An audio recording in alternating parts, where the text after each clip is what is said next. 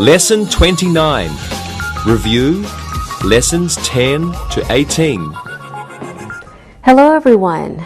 Today we are going to review chapters 10 through 18. Before we start, let's learn some new vocabulary words. Take a look at your screen. A casserole. A casserole is a deep dish used for cooking food in the oven. Next, a platter. A platter is a large dish used for serving meat.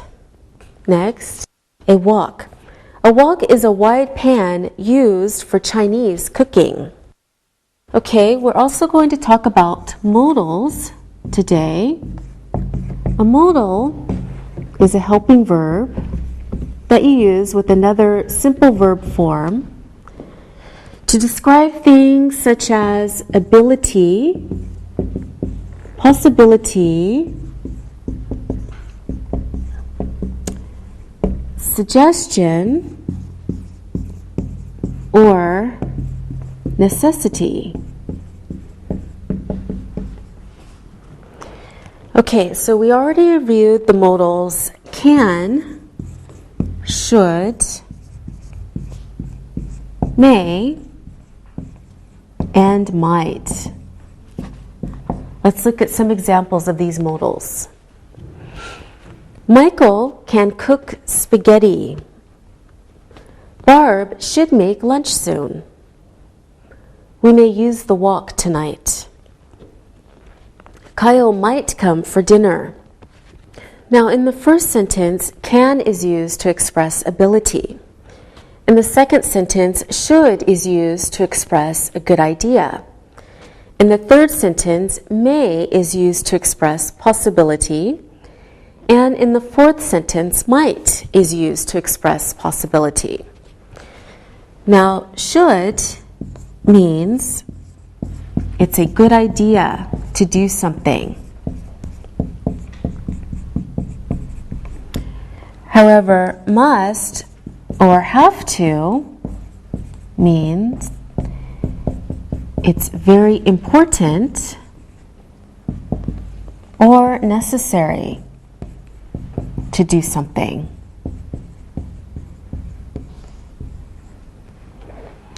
Okay, let's look at some more examples. Alan should cook the meat tonight. Alan must cook the meat tonight. In the first sentence, it is important that Alan cook the meat tonight. If he doesn't, he may have time to cook it tomorrow. But in the second sentence, it is very important that Alan cook the meat tonight. Maybe he will have no time tomorrow. Okay, now we're ready to practice these modals. Linda, are you cooking dinner tonight? Yes, I must cook dinner tonight. My parents are going to a party. My sister can't cook. She's young. Okay, thank you, Linda. Sylvia, do you have to eat at home tonight? No, I don't have to eat at home. My friend and I are going to a restaurant. Good.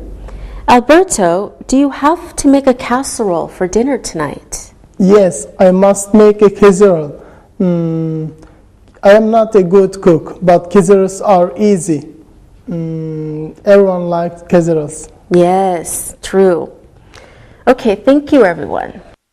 Now, we can use must not or mustn't for negative sentences.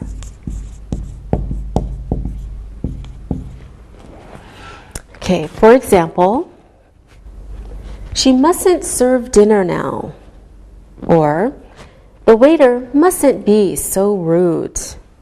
Okay, now has or have to can also be used in the past form.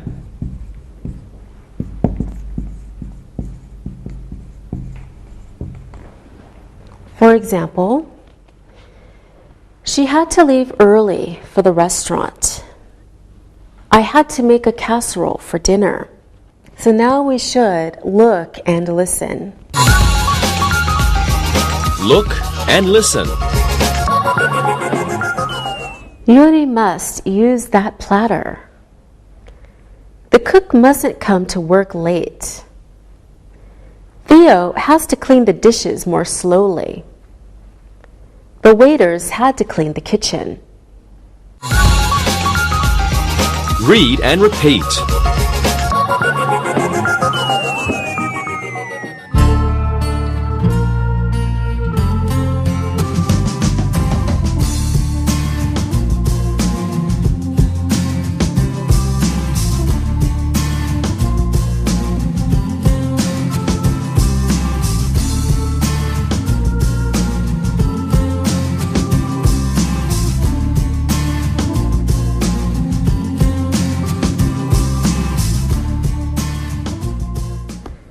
Now let's review comparatives.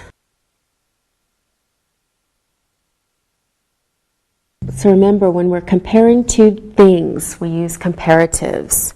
For example, she is shorter than Kevin. Tom is funnier than Clark. Matt is better at pool than Larry. Terry is more handsome than Marty.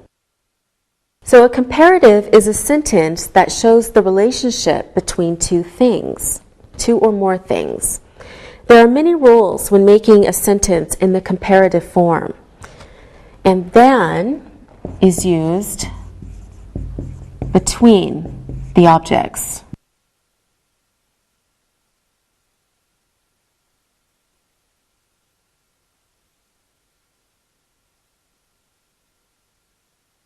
Okay, remember for one syllable adjectives, we add ER to the end.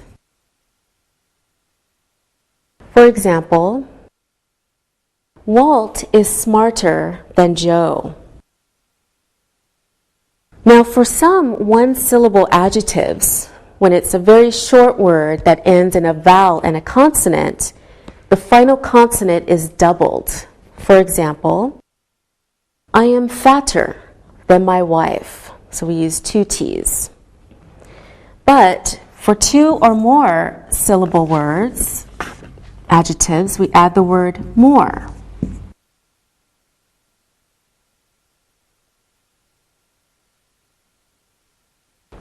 For example, English is more difficult than French. Now remember, for adjectives ending in Y, in the comparative form, the Y is changed to an I before we add ER. So it becomes IER. For example, Janet is prettier than Gladys. Now there are some irregular comparative forms. For example, the comparative of good is better. For example, Hal is better at chess than Julia. Okay, another irregular adjective, bad, in the comparative form is changed to worse. Okay, example, Julia is worse at chess than Hal. Now remember, the opposite of more is less. So we can also use less in comparatives. For example, Fritz is more tired than Steve. Means the same as Steve is less tired than Fritz. Let's do another review. This time we will review comparatives. Sylvia, who is smarter, you or your brother? My brother is smarter than me. He is older. He has studied more. Okay, thank you. Alberto, are tulips prettier than roses? I love tulips. I think tulips are prettier than the roses. Okay. Linda, which is more interesting, art or English? English is more interesting than art. Art is less interesting than English. Good job, everyone. Now, this is a better time to look and listen. Look and listen. am sadder than my mother. A cheetah is faster than a turtle. Jacob is less boring than his brother. This room is quieter than that room. Read and repeat.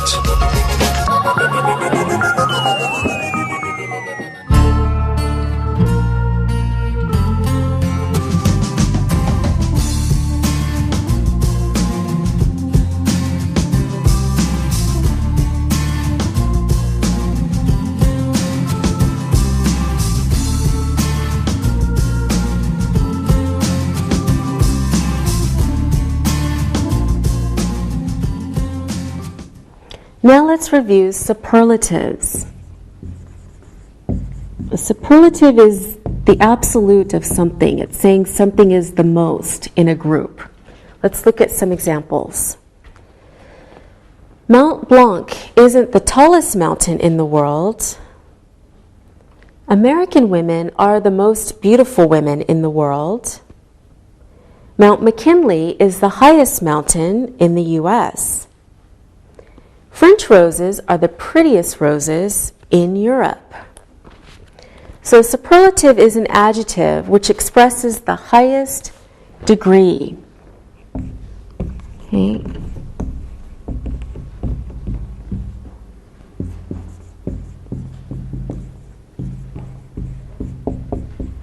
So it expresses the highest degree of a certain quality. As with comparatives, there are many rules with superlatives. So for one syllable adjectives, we add est.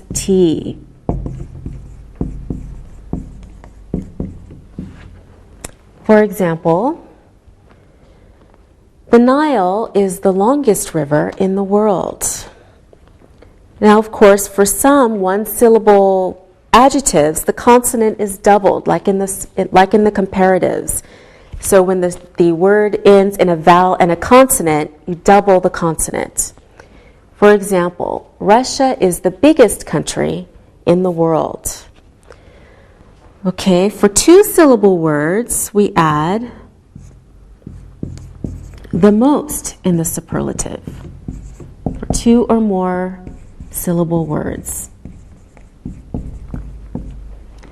For example, the pyramids are the most important landmarks in Egypt. And of course, for adjectives ending in Y, in the superlative form, the Y becomes I, and then you add est. For example, the Swiss are the friendliest people in the world. And of course, like comparatives, there are some irregular superlatives. For example, good in the superlative form becomes the best. For example, Italian food is the best food in the world. I'm sure Alberto would agree with that. And then bad in the superlative becomes the worst. For example, American beer is the worst beer in North America. Okay, now the opposite of the most is the least. Also a superlative. So we can say, for example, souvenirs at JFK Airport are the least expensive in the U.S. Now we're ready to practice superlatives. Alberto, you can go first. What is the largest country in Africa? I don't know. Is it Egypt? Do you know, Sylvia? Yes, I do. The Sudan is the largest country in Africa. Very good. Linda, what is the most difficult language to learn in Europe? I think German is the most difficult. Spanish is the least difficult. Okay, good. Alberto, I will give you another one. Who is the prettiest girl in Italy? My mother is the prettiest girl in Italy. Okay, I'm sure she is. Thank you, everyone. Now, this is the best time to look and listen. Look and listen. The Mississippi is the longest river in the United States. The New York Times is the most interesting newspaper in the world. Seneca Lake is the deepest lake in the United States. French perfume is the best perfume in the world. Read and repeat.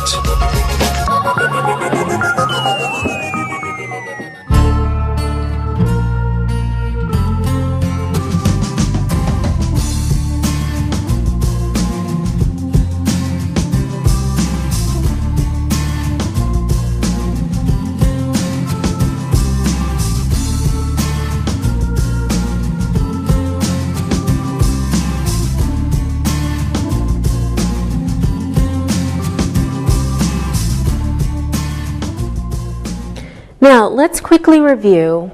There is and there are to show that something exists.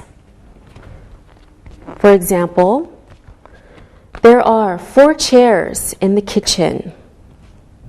There is a new stove. There are 4 plants in the living room. There is a new book on the table.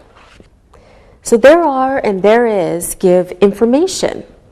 They can also be used in the negative. For example, there aren't 4 chairs in the kitchen. There isn't a new stove.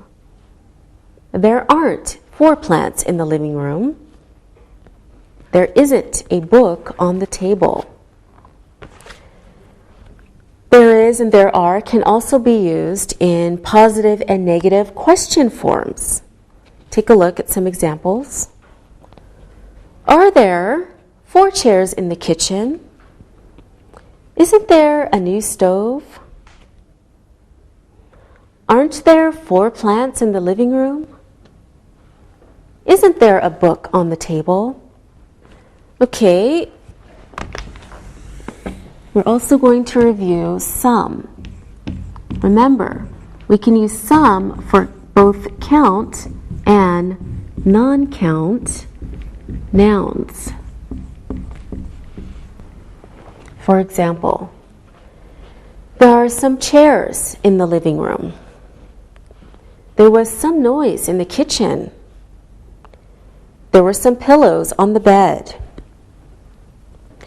There was some information in the book on the table.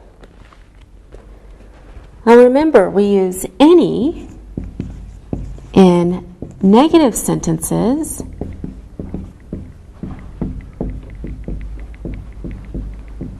and questions.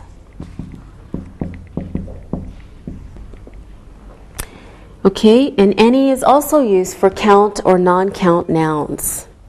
Let's look at some examples. There aren't any chairs in the living room. There wasn't any noise in the kitchen. There weren't any pillows on the bed. There wasn't any information in the book on the table. We also use any in questions. Let's look at some examples. Were there any chairs in the living room? Was there any noise in the kitchen?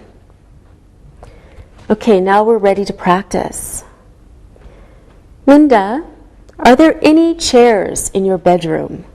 Yes, there are some chairs. There are 3 chairs. Great. Alberto, isn't there a computer in your kitchen? No, there is not a computer in my kitchen. There is a computer in the living room. Oh, okay. Sylvia, are there any rocking chairs in your living room? Yes, there is one. There aren't any armchairs. All right, great. Thank you. Now there is some time to look and listen. Look and listen. There weren't any pencils in Tom's desk. George didn't buy any furniture for the new room. We need some new silverware for the kitchen. There is a new microwave in the kitchen. Read and repeat.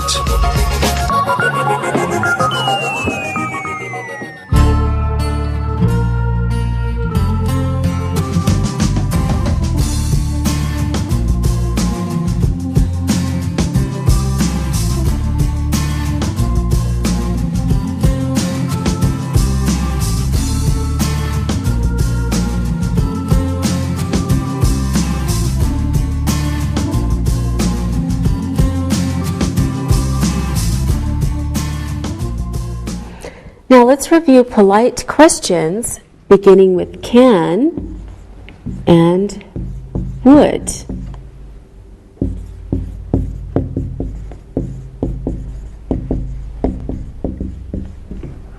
Okay, let's first look at some examples. Would you buy me a ticket? Can I have the train schedule? Would you sit in this seat, please? Can I buy a bottle of perfume at this duty-free shop? And of course, we can use please to make the question even more polite. Okay, let's practice using these question words. Sylvia, let's pretend you work at an information desk at the airport. Okay. And Alberto will pretend you work at the ticket office at the bus station. Okay. And Linda, you are at the train station. Okay. So, Alberto, can I buy a ticket to Rome, please? Yes, you can. It will cost you $40. Ooh, that's expensive. Sylvia, would you tell me where the customs office is? Sure, it is down the corridor. Thank you. Linda, can you point out the restrooms for me, please? There's the ladies' room. I don't know where the men's room is. Good, thank you, everyone. Now, would you please look and listen? Look and listen. Can you show me how to find gate 12? Would you help me with this schedule? Can you find the ticket office? Would you tell me where the departure gates are? Read and repeat.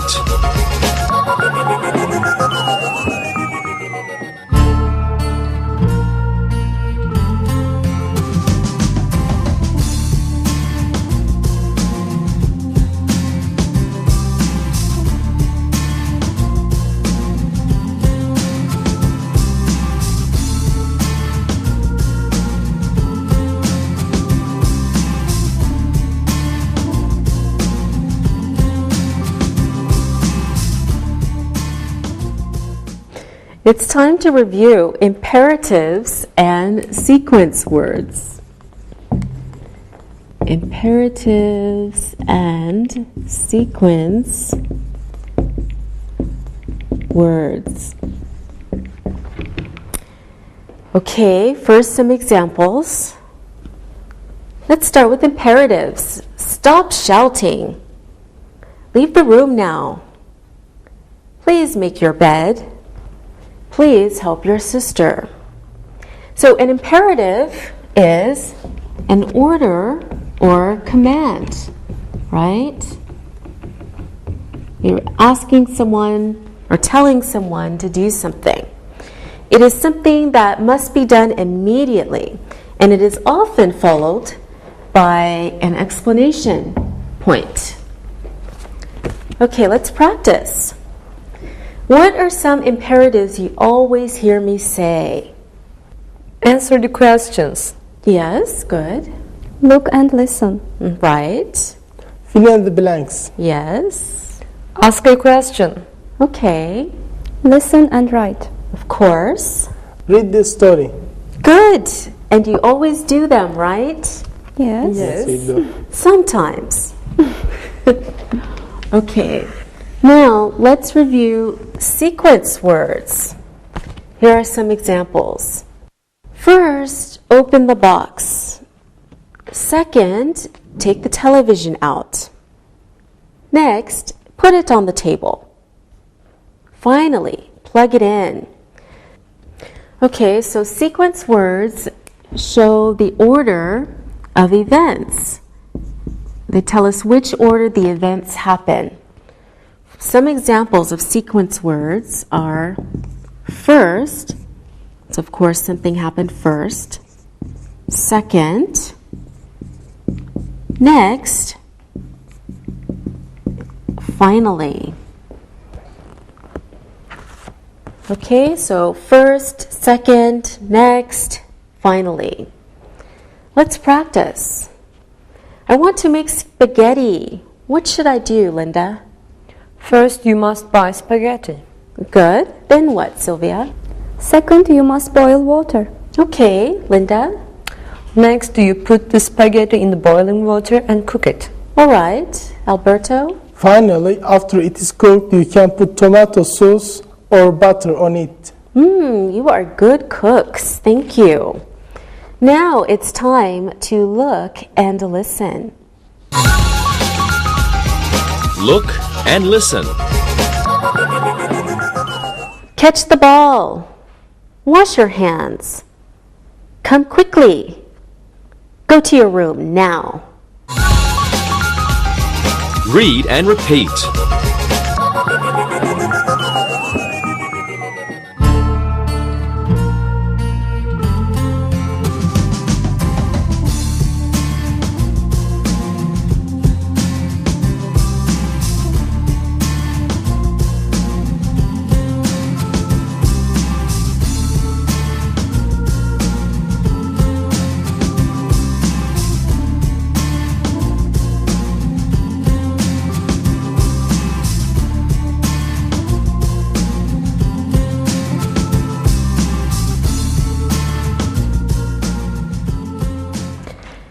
Time to review simple past.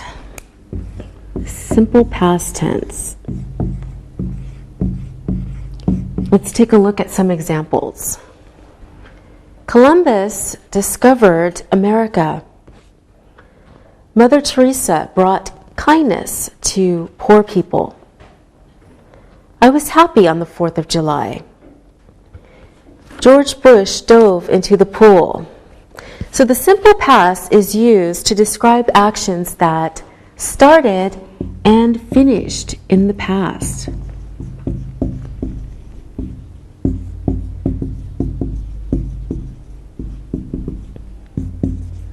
Okay.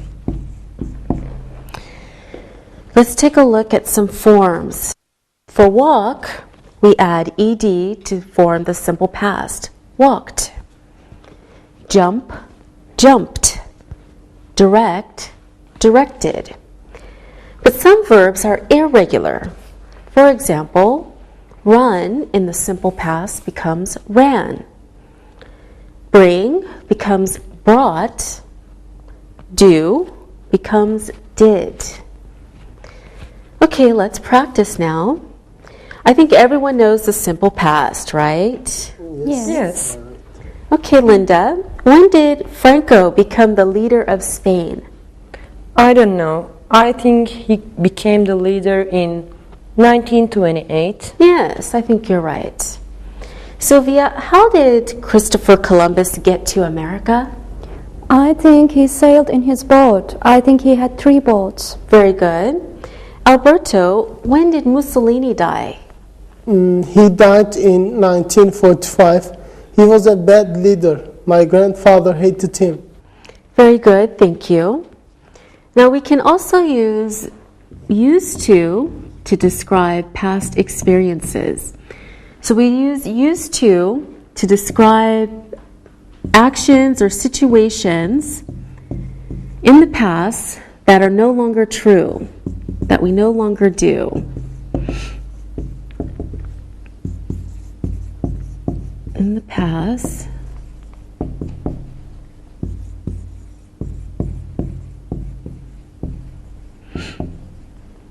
okay, let's look at some examples of used to.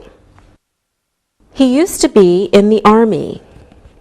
My mother used to run, but now she doesn't. We used to speak only our language, but now we also speak English. Now it's time to look and listen. Look and listen. Churchill used to smoke 10 cigars a day. The Second World War started in the 1930s. Tito was the president of Yugoslavia. Hillary climbed Mount Everest in 1953. Read and repeat.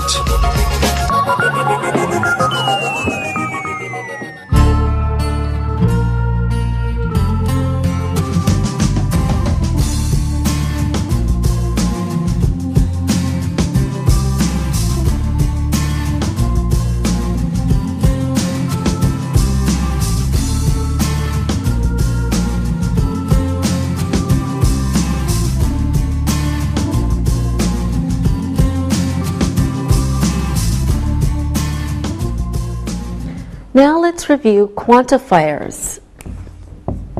So quantifiers tell us how much of something. Let's look at some examples.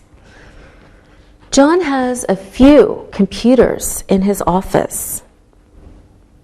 All of the spaceships left for Mars. Most of the robots are in that building. The astronauts found a little water on the new planet. So quantifiers are used with nouns to show quantity or amount.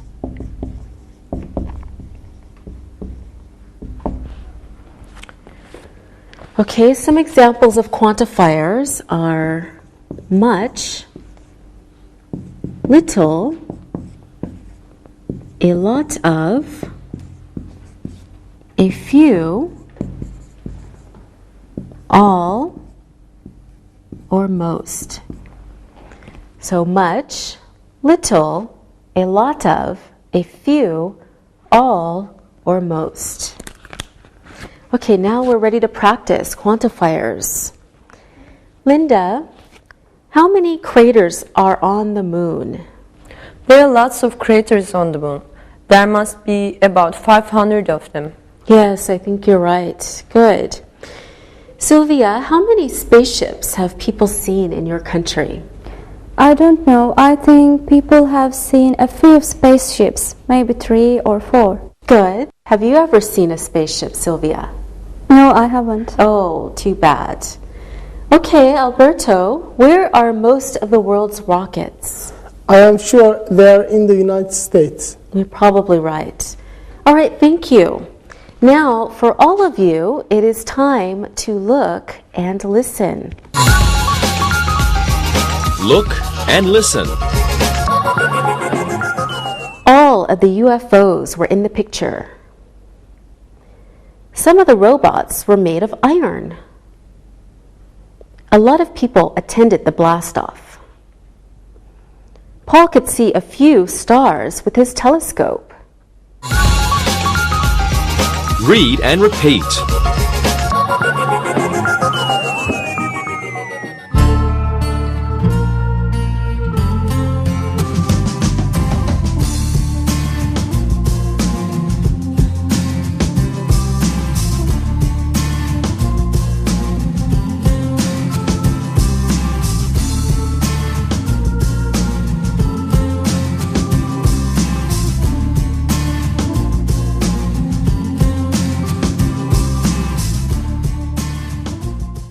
Now let's finish our review by discussing hope and wish. Let's look at some examples first. Tom hopes he can go to the United States this year. Tom wishes he could go to the United States this year. So we use hope and wish to talk about future actions or possible future actions. With the verb hope, there is possibility that things will happen. Okay, so for example, Tom hopes he can go to the United States this year means there is a possibility he can go. But with the verb wish, it's not likely, not probable or not likely that it will happen. So, Tom wishes he could go to the United States this year means there is little or no possibility that he could go. Okay, when we use the verb to wish, we use the past tense of the verb following it. This is to show the difference between reality and non-reality or fantasy. Okay, when we use the verb to be after wish, it's always in the form of were, no matter the subject. For example, I wish I were a rich man. He wishes he were an Italian. Okay, so when we use wish, we use the past form to show that it is not reality. But when we use hope, the second verb usually can be in a different tense because it is reality. For example, he hopes he will play guitar like his brother. Okay, we can also use modals such as would, may, and might, together with hope and wish. Okay, so let's review wish and hope, practice a little. Sylvia, what do you wish? I wish I could go to Egypt this year. I know I can't. Next year I may be able to go. I hope I can go next year. Great, I hope you can go too. Alberto, what do you wish? I wish that I could cook like my mother. She is the best cook. Oh, I bet she is. What do you wish, Linda? I wish I were a teacher. I'm a student. I hope I'm a teacher someday. Okay, I hope you are too. Thank you, everyone. Now, I hope you look and listen. Look and listen. June wishes she were at home.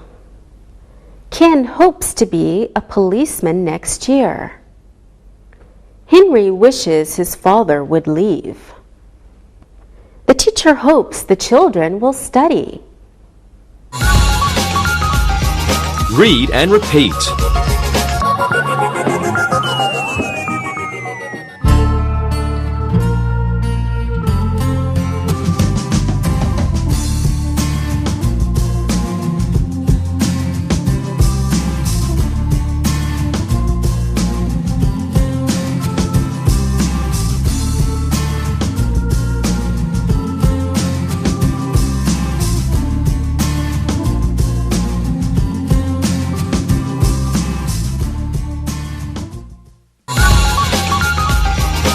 Listen and write.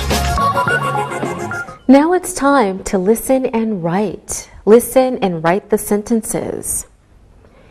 Jane has to cook for 10 people tonight. Peter is more handsome than his brother. That is the tallest building in the city. There weren't any eggs in the refrigerator. Edward needed some milk from the market. Would you bring me a cup of tea, please? Eat your breakfast. Finally, the man visited his friend. I hope I can go to Russia next year. Julian wishes he could buy a jet. Now, check your work. Jane has to cook for 10 people tonight. Peter is more handsome than his brother. That is the tallest building in the city. There weren't any eggs in the refrigerator. Edward needed some milk from the market. Would you bring me a cup of tea, please? Eat your breakfast. Finally, the man visited his friend. I hope I can go to Russia next year. Julian wishes he could buy a jet. Now, read the story, then answer the questions about it. read, and answer. Parrots are beautiful animals. They are birds. They must eat seeds and berries to live. They are more colorful than parakeets, but they aren't as small as parakeets. There are many species of parrots. There are over 100 species in Central America. There aren't any parrots in cold places like Alaska or Siberia. Would you like to live in Siberia? Al's sister bought a parrot. First, she went to the bank. Second, she borrowed a cage. Next, she bought the bird. Finally, she got some parrot food. Our mother used to have a parrot, so she can help take care of it. She even gave my sister a little money to help buy it. My sister named her bird Hank. Al hopes someday he will have a pet. He wishes he could have a giraffe. He could ride it to school. Now answer the questions. What kind of animal is a parrot? What do parrots eat? Are parrots bigger than parakeets? How many species of parrots are there in Central America? Where aren't there any parrots? What did Al's sister do after she went to the bank? What was the last thing she did? What did Al's mother used to have? What did Al's sister name her pet? What does Al wish? Now check your answers. What kind of animal is a parrot? A parrot is a bird. What do parrots eat? Parrots eat seeds and berries. Are parrots bigger than parakeets? Yes, they are bigger than parakeets. How many species of parrots are there in Central America? There are over 100 species of parrots in Central America. Where aren't there any parrots? There aren't any parrots in Alaska or Siberia. What did Al's sister do after she went to the bank? She borrowed a cage. What was the last thing she did? She bought some bird food. What did Al's mother used to have? Al's mother used to have a parrot. What did Al's sister name her pet? She named it Hank. What does Al wish? He wishes he had a giraffe. All right, that's all. Thank you. See you next time.